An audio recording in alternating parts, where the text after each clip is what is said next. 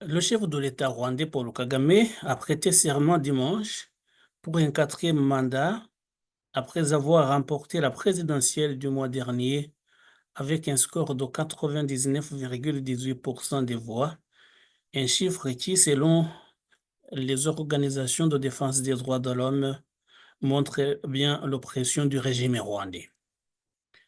Plusieurs dizaines de chefs d'État et d'autres dignitaires africains ont fait le déplacement pour assister à la cérémonie d'investiture organisée dimanche après-midi au stade national Mahoro de Kigali. Paul Kagame a prêté serment devant le président de la Cour suprême, Faustin Nteziryayo, s'engageant à préserver la paix et la souveraineté nationale et à consolider l'unité nationale. Sa victoire à la présidentielle du 15 juillet dernier ne faisait aucun doute, tant il règne d'une main de fer sur le destin du pays, le Rwanda, depuis le lendemain du génocide de 1994. Kigali est accusé aussi d'alimenter l'instabilité dans l'est de la République démocratique du Congo en soutenant les rebelles du M23 qui combattent l'armée congolaise. Après avoir atteint la limite de deux mandats de deux septennats, Paul Kagame avait pu se présenter à nouveau en 2017 à la faveur d'une révision constitutionnelle controversée intervenue 2 ans plus tôt, instaurant le quinquennat avec le maintien des maximums de 2 mandats. Cette réforme peut lui permettre de rester au pouvoir jusqu'en 2034. Si le pouvoir de Paul Kagame et son parti, le FPR, se targuent du spectaculaire redressement économique du pays, ce qui reste d'ailleurs à démontrer, il est aussi critiqué pour le manque d'ouverture démocratique. Les défenseurs des droits de l'homme et l'opposition l'accusant de régner dans un climat de peur, d'intimidation, de détention arbitraire, d'enlèvement et d'assassinat. Seuls 2 candidats avaient été autorisés à concourir contre Paul Kagame à l'élection du 15 juillet, les 6 autres, dont certains opposants critiques de Paul Kagame, en ayant été empêchés. Frank Habineza, le dirigeant du parti d'opposition autorisé, le Parti démocratique des Verts, et l'indépendant Philippe Maïmana, ont obtenu respectivement 0,50% et 0,32% des voix. Malgré ce tableau morose, pas très reluisant en tout cas sur le plan démocratique, Paul Kagame a pu compter lors de son investiture sur la présence de plusieurs chefs d'État et de gouvernement africains, ainsi que d'autres dignitaires qui sont venus l'applaudir.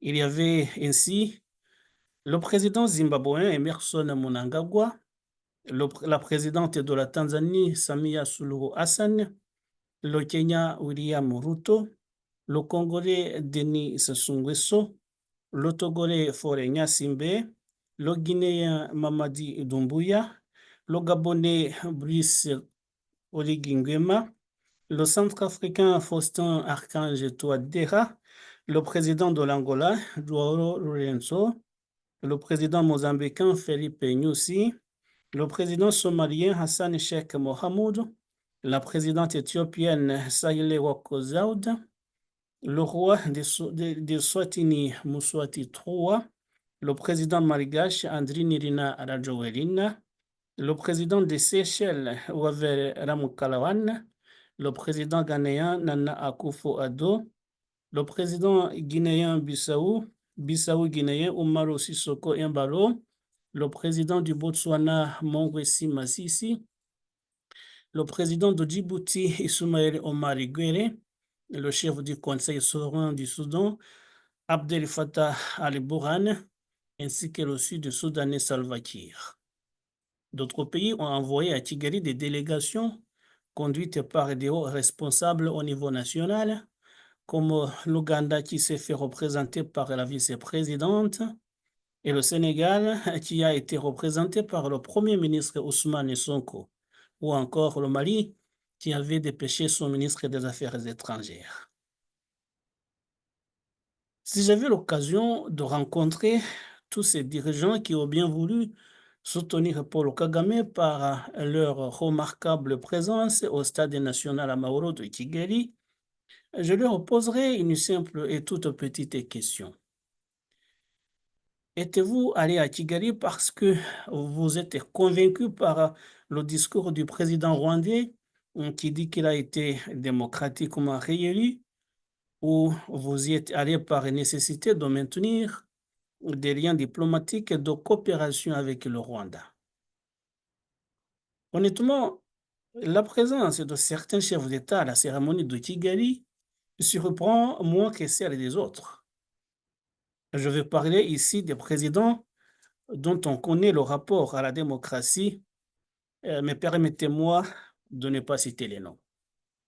En revanche, j'aimerais exprimer ici mon incompréhension de voir des leaders de la jeune génération qui s'étaient présentés comme des révolutionnaires voulant rompre avec des anciennes pratiques qui ont ennuyé au continent africain, aller eux-mêmes rendre un hommage appuyé à Paul Kagame. Il y en a certainement bien plus, mais permettez-moi d'évoquer ici les cas de Brice Oligui Nguema, Ousmane Sonko et Mamadi Doumbouya. Lorsqu'il a pris le pouvoir au Gabon par un coup d'État militaire il y a bientôt un an, le président de transition du Gabon a été largement applaudi, non seulement par des compatriotes gabonais, mais aussi par les Africains de façon générale. Ali Bongo venait en effet de se faire déclarer vainqueur des élections présidentielles qu'il avait largement truquées. C'est d'ailleurs ce qu'a expliqué Oligui Nguema lors de la cérémonie de son investiture le 4 septembre 2023. Comme disait l'ancien président ghanéen Jerry John Rawlings, quand le peuple est écrasé par ses dirigeants, avec la complicité des juges, c'est l'armée qui lui rend sa liberté et sa dignité.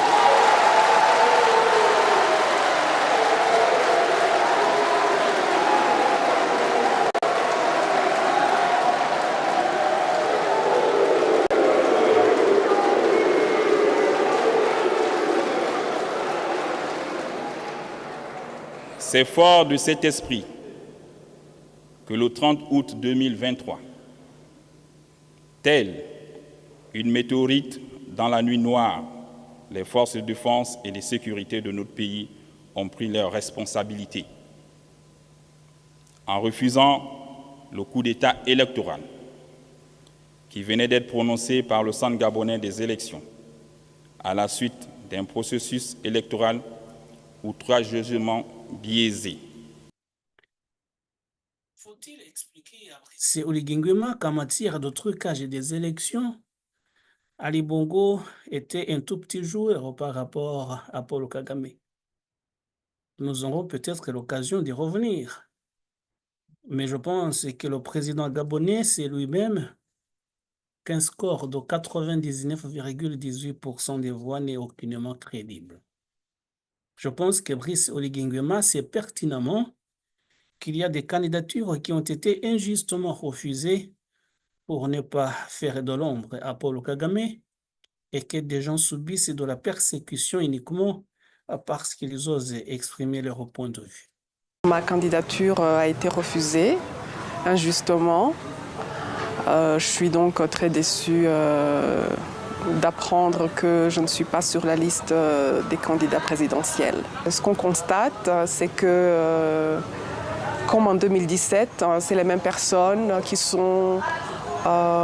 ont le droit de faire campagne. Et les autres, comme moi, se voient refuser leurs droits politiques. Je pense que l'objectif, c'est de me faire taire parce que je dis les choses comme elles sont. Je ne me soumets pas au statu quo.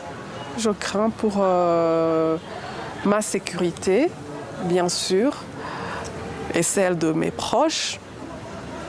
Mais je fais aussi confiance en Dieu. Je n'ai jamais considéré aller vivre ailleurs. Mais de toute façon, même si je voulais quitter, je n'ai pas le droit de quitter le pays parce que je n'ai pas de passeport. En fait, ils ont refusé de renouveler mon passeport. Donc je n'ai pas le droit de voyager. Et ça fait combien de temps? Depuis que je suis sortie de prison, je n'ai pas pu aller voir ma sœur.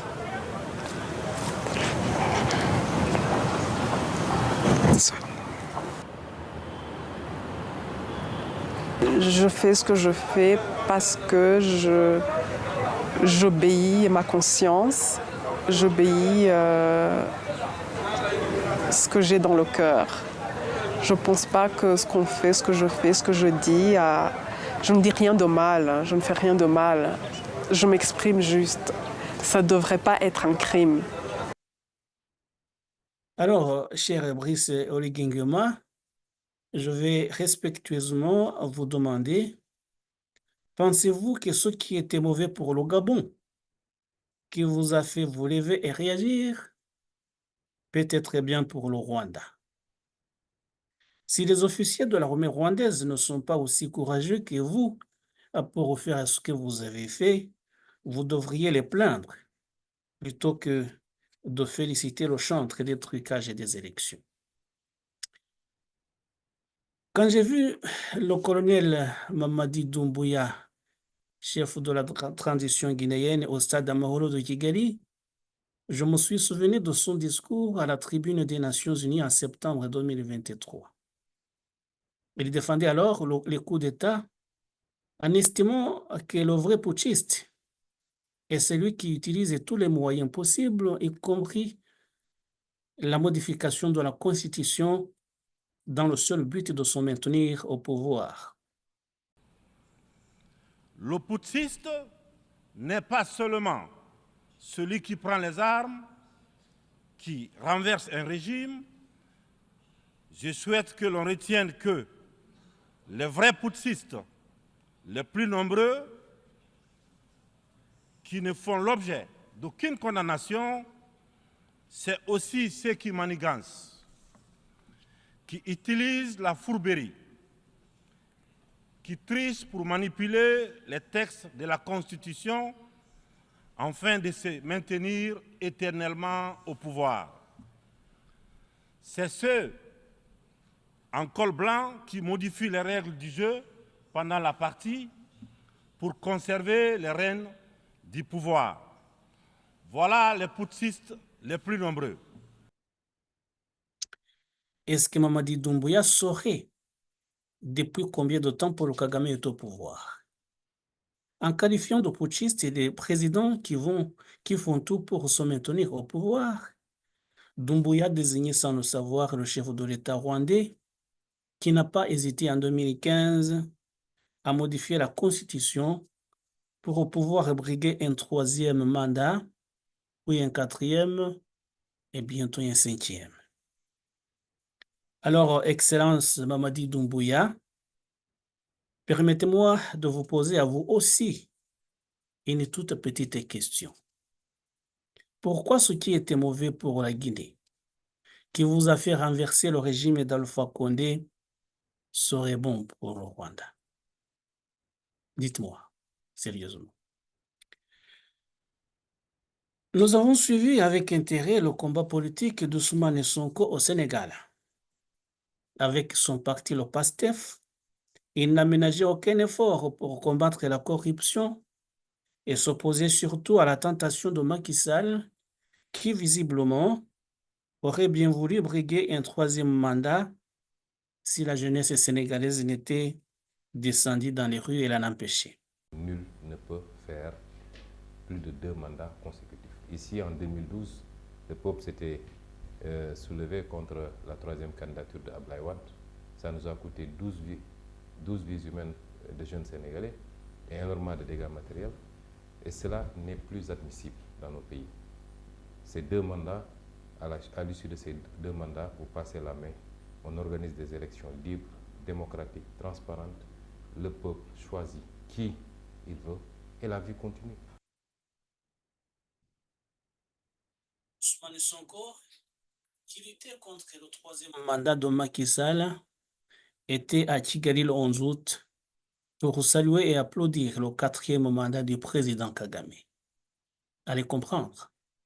Savez-vous, monsieur le Premier ministre du Sénégal, que Macky Sall, que vous qualifiez de dictateur, peut-être avec raison, permettait au moins à vos partisans de faire des manifestations anti-gouvernementales? Savez-vous que la jeunesse rwandaise n'a pas cette chance que vous aviez sous Macky Sall? En allant applaudir Paul Kagame à Kigali, vous avez peut-être sans le savoir cautionné tous ces agissements qui maintiennent les Rwandais dans une peur sans fin. Vous avez aussi légitimé son hold-up électoral. Pour terminer, je rappelle que mon message ne concerne pas seulement les 3 dirigeants que je me suis permis d'interpeller. Le message concerne tous les dirigeants africains, aussi bien ceux qui étaient à Kigali que ceux qui n'y étaient pas. Paul Kagame n'est pas un démocrate et n'a pas été réélu au terme des élections libres et démocratiques comme il veut le faire croire. Vous le savez très bien et c'est ce qui est le plus révoltant. Et si vous continuez de soutenir le mal en âme et conscience, l'Afrique n'avancera jamais. Vos organisations d'intégration régionale ne réussiront point. Apprenez à vous dire la vérité et tout ira mieux. Merci, je vous salue.